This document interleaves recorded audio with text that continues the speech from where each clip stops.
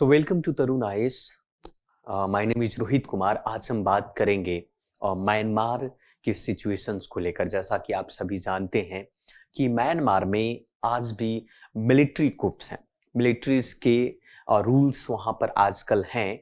तो उसी के संदर्भ में आज का आर्टिकल आपका द इंडियन एक्सप्रेस का है। तो आपको हम ध्यान से समझने की जरूरत है, जानने की जरूरत है कि म्यांमार की सिचुएशन क्या है। और यहां पर प्रश्न किया गया कि क्या भारत इस सिचुएशन के समाधान में मदद कर सकता है क्या। तो आज का जो हेडिंग है, the reading the junta's poll promises. तो यहां पर सबसे पहले प्रश्न की पर ध्यान देते हैं, समझने की जरूरत कि म्यांमार की जो मिलिट्री रेजिम्स हैं, elections announcement has added to uncertainty in the country. इन्होंने कहा है कि म्यांमार के अंदर में इलेक्शंस कंडक्ट करवाए जाएंगे इस साल। हालांकि डेट डिक्लेयर नहीं किया है, बट ये कह रहे हैं। दूसरा प्रश्न इस आर्टिकल के अंदर में ये है कि how India deal with the neighbours as a G20 chair. जैसा कि आप सभी जानते हैं कि भारत G20 के चेयरमैन के तहत या चेयर, या आप कह सकते हैं कि साल रिप्रेजेंट कर रहा है भारत एज ए G20 को। तो क्या G20 के मद्देनजर रखते हुए G20 के कहा जाता है कि शेयर के उपलक्ष्य में क्या भारत म्यांमार को मदद कर सकता है क्या। तो इस चीजों पर बात की। तो चलिए डिटेल से हम समझेंगे और जानेंगे क्या है इसके अंदर में। सबसे पहला पॉइंट यहां पर समझते हैं कि वेडनेसडे को आप देखेंगे कि म्यांमार की जो मिलिट्री रूलर्स है, जो म्यांमार की जो सेना के अधिकारी, हेड ऑफ जो सीनियर जनरल है, जिनका नाम है मीन आंग आपको हैलिंग्स, जो भी नाम पर ध्यान मत दीजिएगा, ये आपका उनका नाम है। उन्होंने डिक्लेयर किया है कि इस साल हम फ्री फेयर इलेक्शंस करवाने वाले हैं। अर्थात कि वो चाहते हैं कि देश के अंदर में निष्पक्ष रूप से चुनाव हो, लोकतंत्र स्थापित हो, जो मिलिट्री की रेजिम्स हैं वो समाप्त हो। ये ऐसा, हालांकि कहा कि उन्होंने इस बात पर जोर नहीं दिया है, ही डिड नॉट बी से, उन्होंने ये नहीं कहा कि ये इलेक्शन कब होगा, लेकिन इन साल, उनका कहने का तात्पर्य है कि इस साल free and fair elections Myanmar के अंदर में होगा। ये बात उन्होंने कहा। ऐसा कहा जाता है कि जनरल साहब जो हैं, एक तरीके से आपको पता है कि made the remarks as a junta. Junta जो है वहां का जुंता, अगर हम बात करें, मिलिट्री ऑक्युपाइड है, जिस तरीके से मिलिट्री रेजिम को जुंता कहा जा रहा है। 75 anniversary of the Myanmar's freedom from the British rule. British rule अर्थात अंग्रेजों से आजादी के 75 साल हो गए हैं, और उसी 75 साल के उपलक्ष्य में ये कहता है कि हम यहां पर इलेक्शंस करवाना चाहते हैं। हालांकि जैसे ही सेकेंड एनिवर्सरी हुई थी 3 वीक के बाद ही, तो वहां पर मिलिट्री कूप हो गया था देश के अंदर में, मिलिट्री ने अपने अंडर में ले लिया था। मिलिट्री के टेक ओवर लेने के बाद जो है, कुछ समय के बाद ही पार्लियामेंट के अंदर में, अगर देखा जाए फरवरी पार्लियामेंट 1 फरवरी 2021 को, म्यांमार के बिगेस्ट और मोस्ट पॉपुलर पॉलिटिकल पार्टी, जिसका नाम था national league of democracy, NLD, है ना, 2020 के अंदर में इलेक्शंस हुआ था। तो उसके बाद जो इलेक्शंस हुआ, काफी फेमस पार्टी है, लेकिन वो सक्सेसफुल नहीं रहा और मिलिट्री ने अपने अंडर में वो चीजें ले लिया। NLD की लीडर हुआ करती हैं, जिनका नाम है आंग सान सू की। ये वहां की लीडर है ना।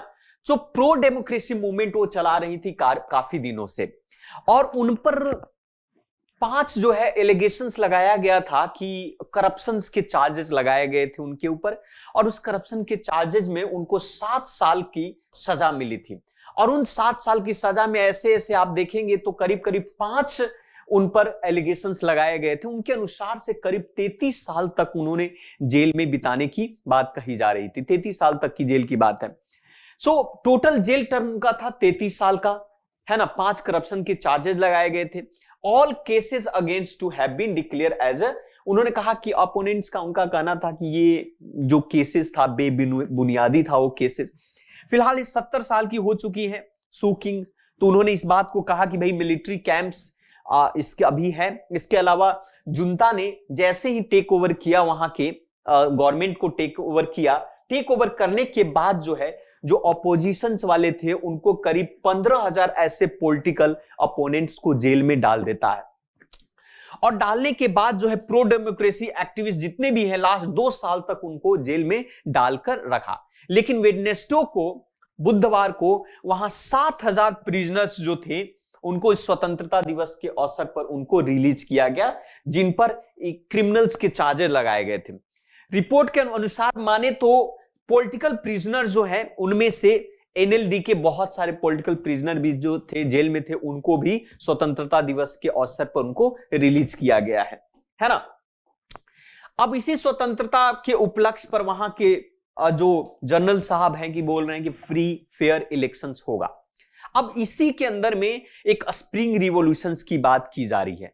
म्यांमार जो है, म्यांमार के अंदर में जिस प्रकार से आप कह सकते हैं कि मिलिट्री ने जब टेक ओवर लिया तो वहां के लोगों ने प्रो डेमोक्रेसी, जो डेमोक्रेसी चाहने वाले लोग और मिलिट्री के बीच में एक तरीके से बैटल, एक युद्ध सा स्थिति उत्पन्न हुआ। और युद्ध की स्थिति उत्पन्न होने के साथ साथ जैसे ही मिलिट्री कुप्स आपको जब टेक ओवर करता है उसके कुछ ही दिन के बाद जितने भी नए पार्लियामेंट्री हुआ करते थे, वहां के जो एमएलए एमपी हुआ करते थे, उन सभी ने मिलकर एक संगठन बनाया, एक यूनाइट बनाया और जिसका नाम था नेशनल यूनिटी गवर्नमेंट, एनयूजे। तो नेशनल यूनिटी गवर्नमेंट बनाया और उन्होंने एक आंदोलन, मिलिट्री के खिलाफ एक आंदोलन लॉन्च किया जिसका नाम था स्प्रिंग रिवॉल्यूशन। तो स्प्रिंग रिवॉल्यूशन वहां पर उन्होंने लाया। अब एक एनओजी जो है एक तरीके से आर्म्स विंग भी बनाता है जिसका नाम था पीपल्स डिफेंस ग्रुप। अब इस पीपल डिफेंस ग्रुप में बहुत सारे सिविलियंस, मिलिटेंट्स होते हैं जो मिलिट्री के खिलाफ लड़ रहे होते हैं, मिलिट्री के खिलाफ लड़ते हैं, है ना, ताकि उस देश के अंदर में कंप्लीट जो अथॉरिटी है, अधिकार जो मिलिट्री का, उससे छुटकाकर लोकतंत्र को लाया जाए। साथ साथ में इंटरनेशनल क्राइसिस ग्रुप के रिपोर्ट के माने तो लास्ट मंथ में उन्होंने कहा कि अगेंस्ट टू एड म्यांमार की जो एंटी मिलिट्री फोर्स है, जिसको आप यहां पर कह सकते हैं पीपल डिफेंस ग्रुप कह सकते हैं, एनयूजी जो है वो आजकल उनके लिए फंड जो है फरवरी 2011 से डिफरेंट डायस्पोरा से विन जो लोकतंत्र के चाहने वाले लोग उस देश के अंदर में उनको फंडिंग करते हैं कि ताकि तुम उनसे लड़ो। लेकिन एनयूजी और एफिलिएटेड जो पीडीएस है, ये दर्जनों जो एथनिक्स आर्म्स मिलिट्री जो है आप कह सकते हैं कि म्यांमार के अंदर में उनको दिया जाता है। तो कहने का मतलब मेन मकसद है कि भाई डेमोक्रेसी लाना, वहां पर मिलिट्री की जो रूल्स हैं उसको खत्म करना वहां पर। लेकिन ऐसा कहा तो जा रहा है कि भाई ये होगा, तो सबकी आंखें वहां पर टिकी हुई है। अब बात करते हैं यहां पर कि ऐसी सिचुएशन है वहां का कि इलेक्शन, ऐसी स्थिति में इलेक्शन करवाने जाने की अनाउंसमेंट आपको मिलिट्री के हेड के द्वारा किया जा रहा है। जुंता जो है, जुंता ऑलरेडी क्लेम कर रहा है कि some sections of NLD are taking or talking. कुछ जो एनएलडी के जो प्रमुख नेताओं से हमारी बातचीत चल रही है, वहां के जो जुंता, जो मिलिट्री कूप वाले जो हैं, वो बातचीत कर रहे हैं, एनएलडी से बातचीत कर रहे हैं। इवन कि एनएलडी के मेंबर आर इन द एनयूजी। उन्होंने कहा कि एनएलडी के खुद मेंबर बहुत सारे ये नेशनल यूनिटी गवर्नमेंट के अंदर में हैं, डायरेक्टली और इनडायरेक्टली रूप से उस पार्टी के अंदर में। हालांकि ये जो एनएलडी जो है अपने आप को एनयूजी से अलग कहता है, वो ऑफिशियली कहता है कि मैं आपको एनएलडी के अंदर में, एनयूजी के अंदर में नहीं हूं, नेशनल यूनिटी गवर्नेंस के अंदर में मैं नहीं हूं। अपने आप को वो पॉलिटिकल आइडेंटिटी इस बात से अलग मानती है। लेकिन जो मिलिट्री का रूल है इस बात से आशा करता है कि इस साल जो है इलेक्शंस होगा, लेकिन इस पर विश्वास, पार्लियामेंट्रियंस का इस पर विश्वास नहीं है, ये बात करते हैं। यहां तक कि एनयूजी कहता है, national unity of governance government कहता है कि जुंता जो है एक तरीके का टेररिस्ट ऑर्गेनाइजेशन की तरह है और ऐसी स्थिति में उसे कोई अधिकार नहीं है कि उस देश के अंदर में इलेक्शंस करवा सके। तो यहां कहा कि जुंता कौन होता है, जुंता की देश के अंदर इलेक्शंस कमीशन वहां की है, वो इलेक्शन करवाएगी। जुंता क्यों करवाएगी इलेक्शन, और अगर इलेक्शन करवाएगी तो फ्री फेयर इलेक्शन नहीं हो सकता है। यह बात इनके द्वारा कहा जा रहा है, एनयूजी के द्वारा कहा जा रहा है। अब लोगों की नजर जो है भारत पर पड़ी, Bharat eyes on the India की बात किया जाए कि इस पर भारत का क्या विचार है इसके अंदर में। तो जैसा कि आप सभी जानते हैं कि भारत जो है G20 का चेयरमैनशिप ले रखा है, इस साल जो है रिप्रेजेंट कर रहा है भारत के अंदर में G20 हो रहा है आपका।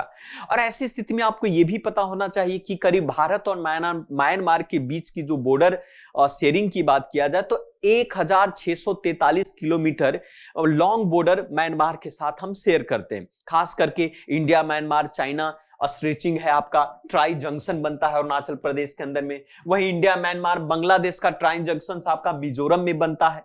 तो हमारा भारत के साथ हमारा पड़ोसी मुल्क भारत है, और ऐसी स्थिति में भारत पर म्यांमार की नजर टिकी हुई है। अब मोदी गवर्नमेंट इस बात पर प्रेसिडेंसी को मद्देनजर रखते हुए ये भारत के पास अपॉर्चुनिटी है कि विश्व के अंदर में शांति स्थापित करे, रशिया यूक्रेन के युद्ध को समाप्त करने के लिए आश्वासन दिया जाए, लोगों से आग्रह किया जाए कि भाई रशिया यूक्रेन के बीच के युद्ध की समाप्त हो जाए।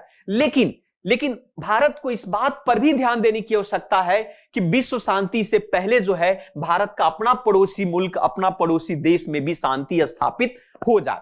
तो इस बात पे ये कह रहा है कि भाई आपकी जो पड़ोसी है वो साथ दे।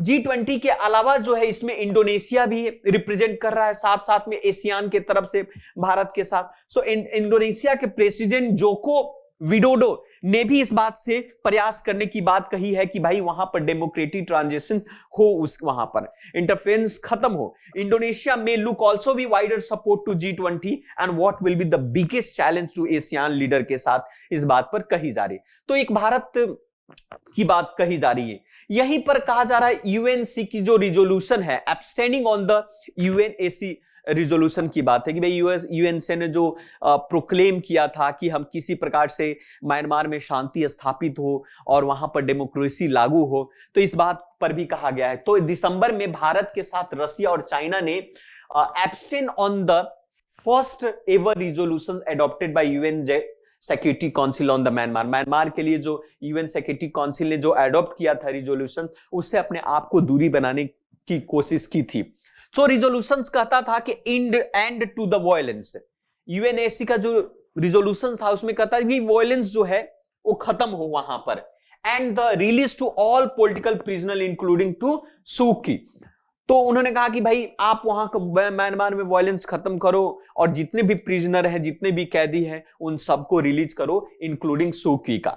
In this new year speech में जनरल मिन अंग ने कहा, जनरल जो मिन अंग ने इस साल के जो नए साल पर स्पीच में कहा कि thank to the countries that have stood to the regime, उन सभी देशों को धन्यवाद दिया कि भाई जो कि यहाँ के रिजिम मिलिट्री की स्थिति जो उत्पन्न हुई है उसको समझने के लिए धन्यवाद दे रहे हैं, है ना। We are closely working with the neighbouring countries such as China, India, Thailand, Laos और बांग्लादेश। साथ साथ में उन्होंने कहा कि मैं बाकी के जितने भी पड़ोसी मुल्क हैं हमारे, उन सभी से मैं क्लोजली कनेक्टेड हूं, खास करके भारत, थाईलैंड, लाओस और बांग्लादेश से।